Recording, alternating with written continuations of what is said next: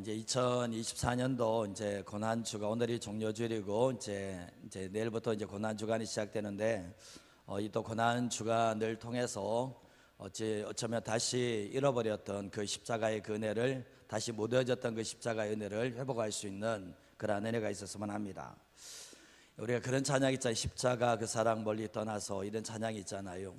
우리가 신앙생활 할 때 보면 십자가의 사랑을 잊어버리기가 참 쉽습니다. 바쁘고 힘들고 생각하기도 힘든 이런 생각을 살보면 단 하루에 한 번이라도 십자가의 은혜를 묵상해보고 생각해봐야 되는데, 단 하루에 한 번도 십자가의 은혜를 묵상하지 않고 삶을 살다 보면 내 안에 십자가의 그 은혜와 십자가의 사랑이 우리 안에 메마르고 식어질 수 있는, 잃어버릴 수 있는 소지가 너무나 많이 있다라는 거예요. 그래서 우리가 십자가의 은혜를 잊어버리면 우리가 빈 껍데기와 같은 그런 마음으로 살게 되어 있거든요. 다시 한번 우리가 이 고난주간 통해서 나를 살린 이 십자가의 은혜를 묵상하며 다시 한번 우리의 은혜가 다시 한번 회복되어지는 그러한 놀라운 시간이 되었으면 합니다. 그래서 오늘 첫째 날째 아버지여 저들을 사하여 주옵소서라는 제목을 가지고 하나님의 말씀을 전하겠는데요, 예수 믿는 그리스도인들에게 예수님의 십자가는 기독교의 본질입니다. 기독교의 본질이 뭐냐, 십자가라는 것을 알게 되는데, 우리가 이 고난주간 자체가 주는 은혜가 있습니다. 우리가 한국교회가 이 대부분 사순절 지키고 대부분 다 고난주간을 지키고 있는데, 고난주간 특별 새벽기도를 하지 않는 교회는 대부분 다 없습니다.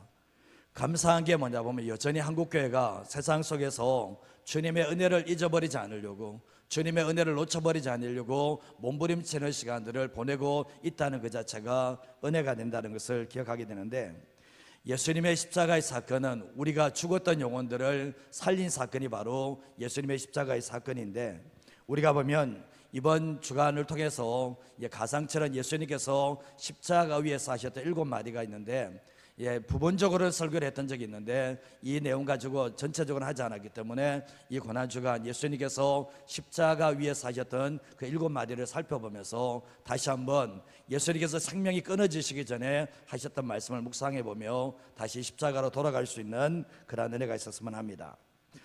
우리가 삶을 살다 보면 어느 누군가를 용서한다는 것이 쉽지 않습니다. 특별히 내게 상처를 많이 준 사람들, 내가 삶을 살아갈 때 내게 어려움을 줬던 사람들을 용서한다는 것은 쉽지 않아요. 저도 솔직하게 힘들고 어려울 때가 많습니다. 특별히 보면 아무런 내가 잘못을 하지 않았는데 나를 비난하고 정죄하는 사람들을 용서한다는 것, 그 사람을 품어준다는 것은 다른 사람에게는 용서하라고 얘기하지만 정작 자기의 문제가 걸리면 용서하기가 참 힘들다는 것을 깨닫게 됩니다. 우리가 살다 보면 용서를 해줄 수 있는 사람이 있는가 하면 저 사람은 정말 용서를 못해, 이런 사람들이 어쩌면 있을 수가 있습니다. 우리가 보면 내게 악의적으로 또 고의적으로 뭔가 대하는 사람들은 나 저 사람 용서하지 못해, 저 사람은 절대 용서하지 않을 거야, 이런 마음들을 가질 수가 있게 되잖아요. 근데 우리가 잘 아시다시피 고의적이지 않거나 악의적이지 않으면 그래도 그나마 용서하기는 쉽습니다. 내가 잘못했습니다 얘기하면 풀어주기가 쉬운데, 고의적이고 악의적이고 그리고 자기가 무엇이 잘못했는지도 모르는 사람들을 그냥 일방적으로 용서해 준다는 것은 쉽지 않다라는 거죠. 예수님도 인간으로 오셨잖아요. 예수님께서 십자가 앞에서 겟세마네 동산에서 내 마음이 너무 고민이 되고 내 마음이 죽게 됐다라고 했을 때 신성과 인성을 다 가지신 예수님의 마음이 어떤 마음인지를 알게 되잖아요. 근데 예수님께서도 보면 자신에게 고의적으로 악의적으로 됐던 사람들이 많았잖아요. 고의적으로 악의적으로 찾아와서 비방하고 정죄하는 사람들이 너무나 많았는데, 우리가 예수님께서 정말 고의적이고 악의적이지 않으면 용서하기 쉽지만 예수님의 마음 또한 보면 고의적으로 악의적으로 대하는 사람들은 물론 용서하셨지만 그 마음이 얼마나 상처가 됐을까, 이런 생각들을 해보게 됩니다. 우리의 구원은 하나님의 용서가 있어야 돼요. 우리의 구원은 예수님의 용서가 있지 않으면 우리가 구원을 받지 못하잖아요.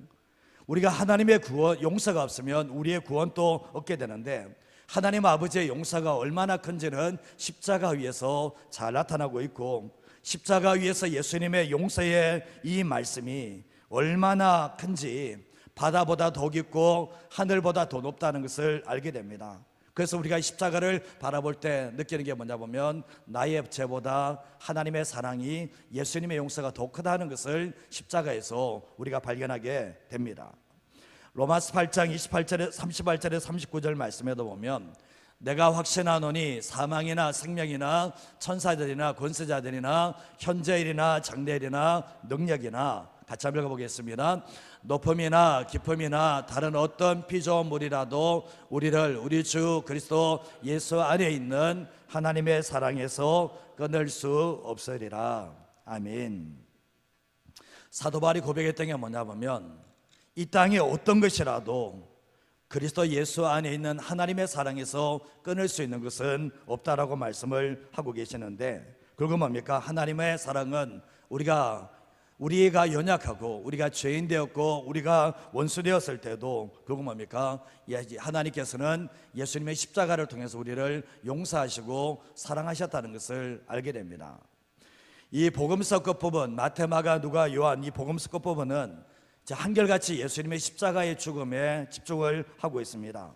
왜냐하면 예수님께서 이 십자가의 죽음을 위해서 오셨기 때문인데, 십자가의 모든 과정들을 세밀하게 구체적으로 말씀하고 있는데, 우리가 오늘 잘 아시다시피 오늘 종려주일이지만 이 종려가지 나무를 들고 호산나 호산나라고 외쳤던 그들이 예수님이 십자가에 죽으실 때 돌변하게 되잖아요.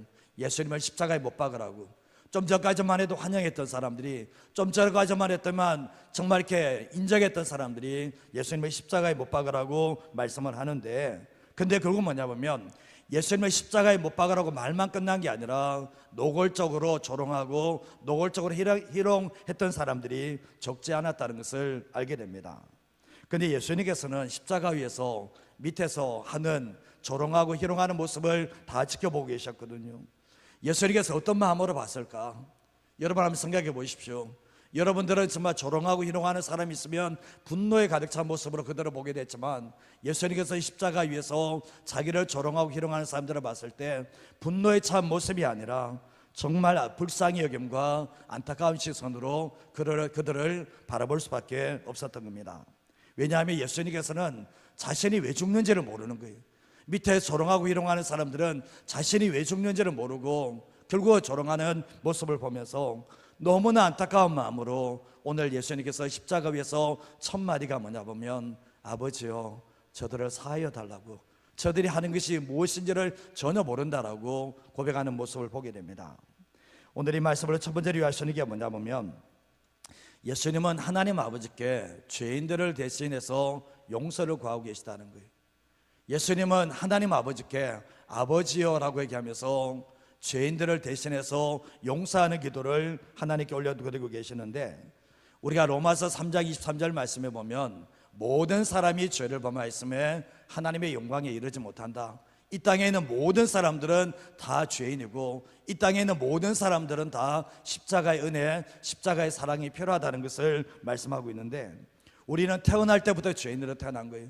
우리의 뼛속까지 죄인이고 우리가 피 한 방울도 다 죄인의 피가 흐르는 것이 우리의 모습인데, 이 땅에 죄인이 아닌 사람이 없고 이 땅에 선한 사람은 단 한 명도 없다라고 말씀을 하고 있습니다.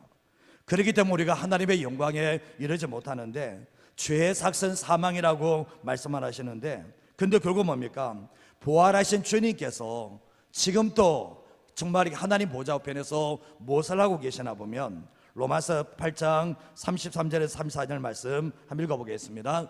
누가 능히 하나님께서 택하신 자들을 고발하리요? 의롭다 하신 이는 하나님이시니, 누가 정죄하리요? 죽으실 뿐 아니라 다시 살아나신 이는 그리스도 예수시니, 그는 하나님 우편에 계신 자요 우리를 위하여 간구하시는 자신이라.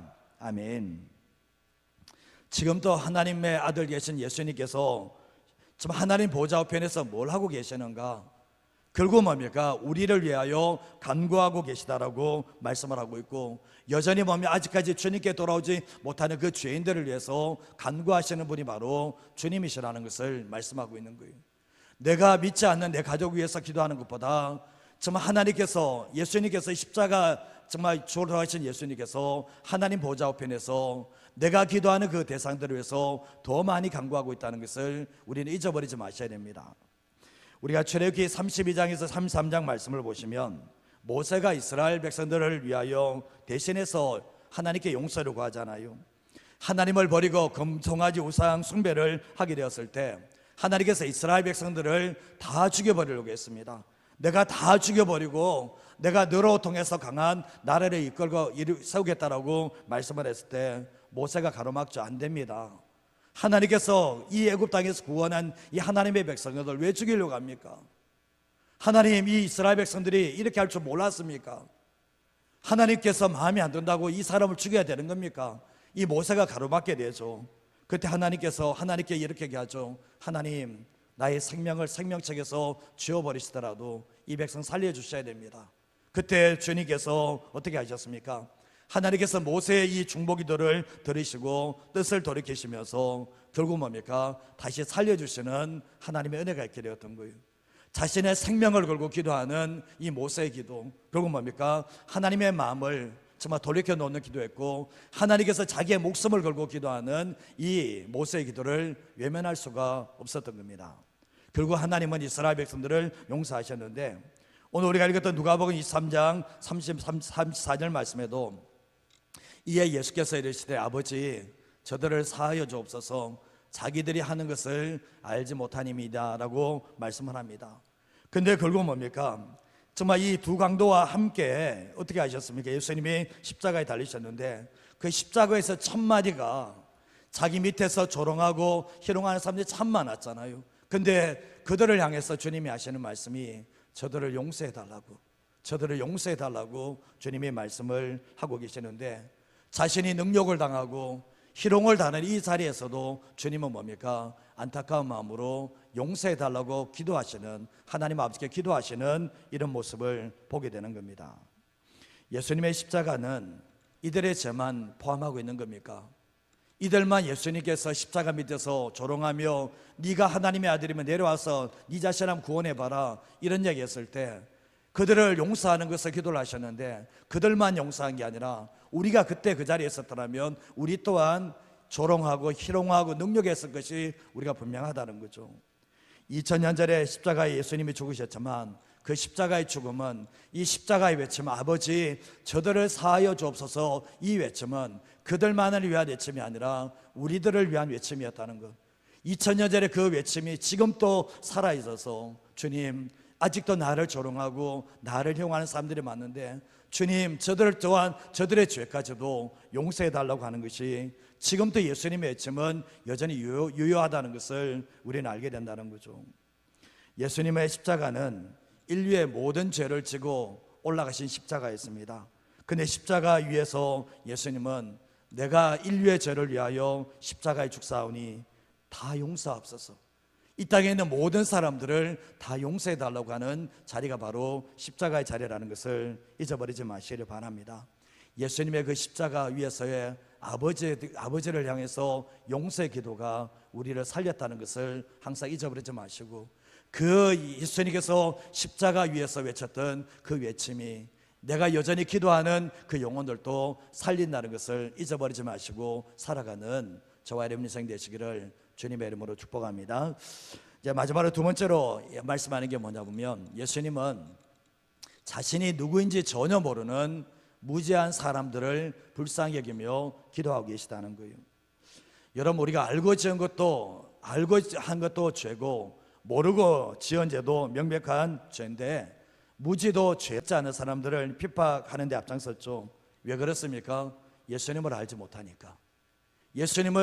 정말 예수님의 구원자 되심을 알지 못하니까 예수 믿는 사람은 다 잘못됐다고 생각하면서 잘못된 열심을 가지고 다 이게 죽여버리는 일들을 앞장서게 되었잖아요. 그러나 예수님을 만나고 난 뒤에 깨닫는 게 뭡니까? 내가 얼마나 무서운 일을 했냐는 거예요. 내가 모르고 했지만 내가 얼마나 무서운 짓을 했는지를 비로소 깨닫는 일들이 있게 되었거든요. 그때 거기서 회개를 하게 되었잖아요. 우리도 마찬가지지 않습니까? 나는 뭐 특별합니까? 나도 그거 아닙니까? 내가 내 인생의 주인이 아님에도 불구하고 내가 내 인생의 주인 것처럼 살았잖아요. 하나님이 내 인생의 주인인데도 불구하고 내가 내 인생인 줄을 착각하고 무지한 가운데서 삶을 살게 되었잖아요.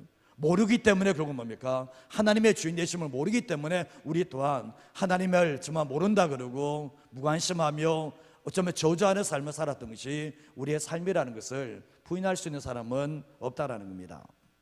다니엘서 12장 10절 말씀해 보시면, 많은 사람이 연단을 받아 스스로 정결하게 하며 희게 할 것이나 악한 사람은 악을 행하리니 악한 자는 뭐죠? 아무것도 깨닫지 못하되 오직 지혜 있는 자는 깨달으리라 라고 말씀하고 있는 거예요.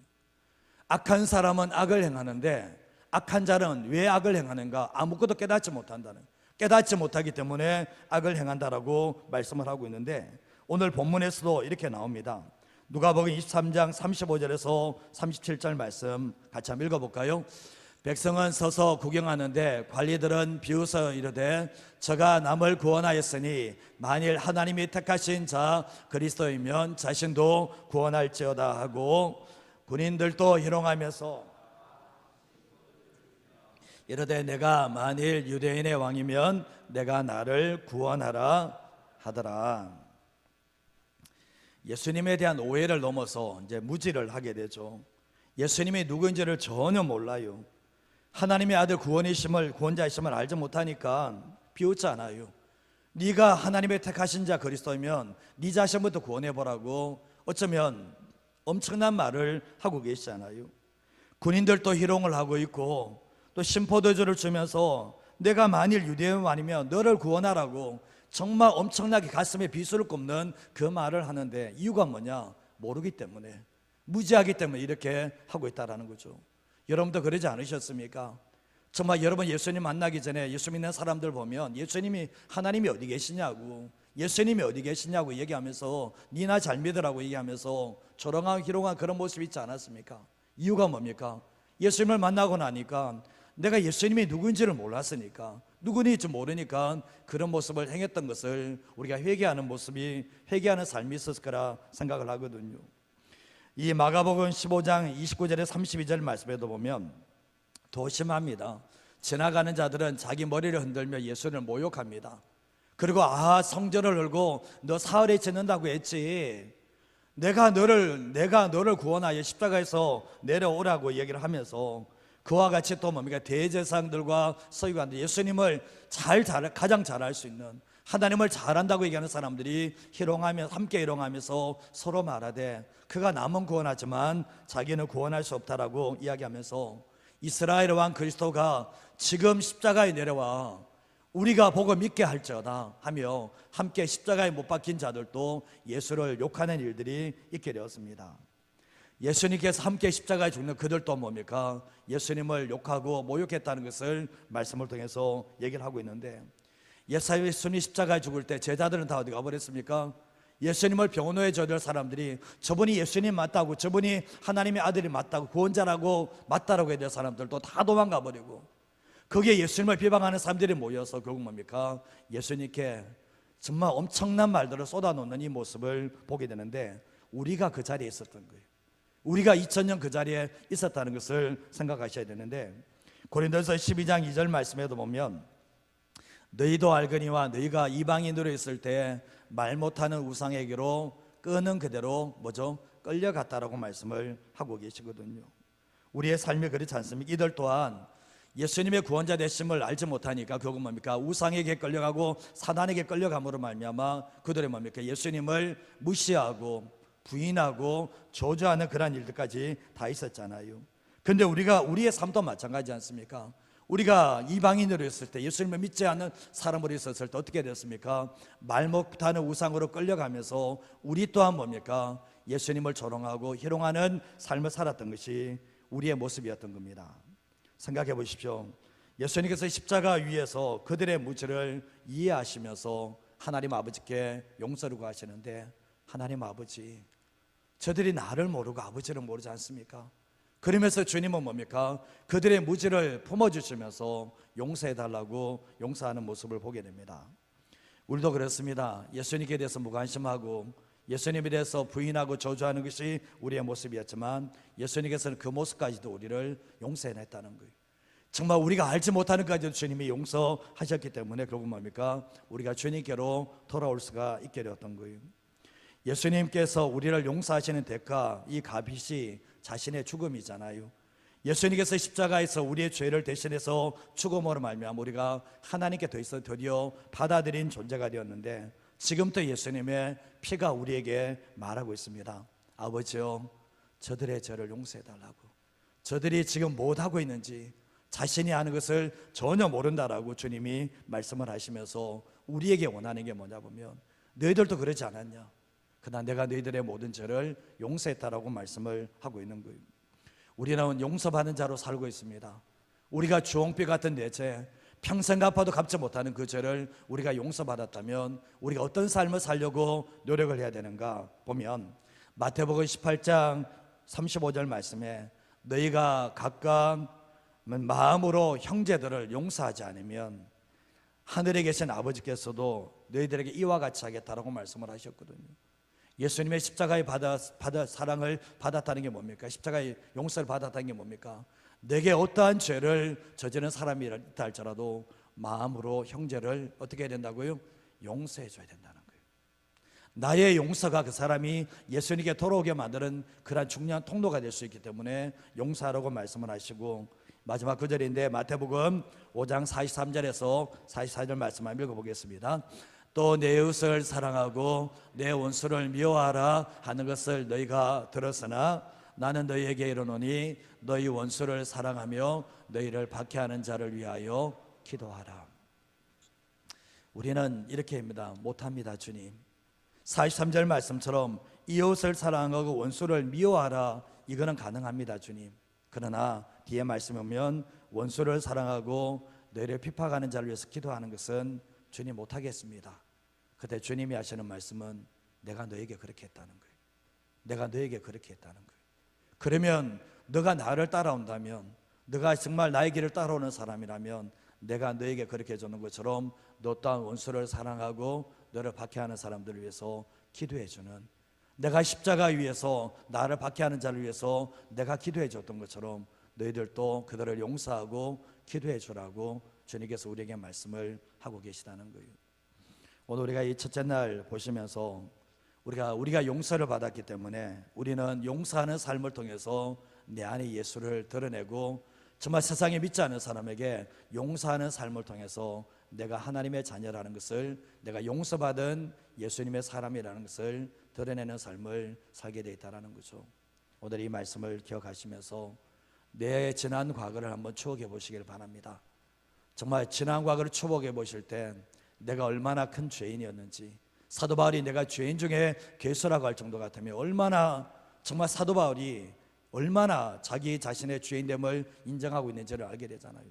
사도 바울이 마지막 죽을 때에 디모데 전후서가 마지막인데 거기에서 고백하는 게 내가 죄인 중에 괴수다라고 말씀하고 있어요. 은혜를 경험하며 경험할수록 뭡니까? 내가 하나님의 자녀라는 것을 분명히 알지만 내가 은혜를 받으면 받을수록 나 같은 죄인이 없다라는 것, 내가 죄인 중에 괴수라는 것을 더 선명하게 깨닫게 됩니다. 저도 그렇습니다. 목회하고 있지만 제가 보면 정말 한순간도 주님이 없으면 이 생각과 마음이 결국은 뭡니까? 딴 데로 가는 이 모습들을 참 많이 경험하게 되거든요. 여러분, 삶을 사시면서 십자가 은혜에 붙잡고 계십니까? 삶을 살아가면서 껍데기와 같은 거 붙잡고 있는 거 아닙니까? 우리가 삶을 살아가게 된 남는 것은 십자가의 사랑밖에 남지 않는데, 그 은혜밖에 남지 않는데, 이 새벽에 기도하실 때도 다 하나님 십자가에서 나의 죄를 용서하시고 내가 알지 못하는 상태에 모든 것을 다 용서하신 그 십자가의 사랑이 우리 안에 부어짐으로 말미암아 고난주간에 다시 한번 십자가 앞에서는 그러한 놀라운 은혜가 있기를 위해서 기도하시면서 살아가는 하나님의 자녀 되시기를 바랍니다. 제가 가끔 가다가 이렇게 보는 게 뭐냐 보면, 이제 성도님들의 모습 속에서 완전히 그 안에 황폐한 모습을 볼 때가 많습니다. 이제 십자가의 은혜, 십자가의 사랑은 하나도 없는, 완전히 이제 한 방울도 남아있지 않는 그런 모습으로 살아가는 성도들을 볼 때가 있습니다. 그러면서 느꼈던 게 뭐냐 보면 정말 안타까울 때가 많습니다. 이제 다 잃어버렸구나, 이제 다 잃어버렸구나, 이런 모습들이 있는 분들이 계시거든요. 그러나 주님은 늘 하시는 말씀이, 너희가 다 잃어버렸다 할지라도 내게 나오면 다시 회복시켜 주시는 하나님의 은혜가 있는데, 이런 고난 주간을 통해서 다시 한번 회복하는 저와 여러분 되시기를 주님의 이름으로 축복드립니다.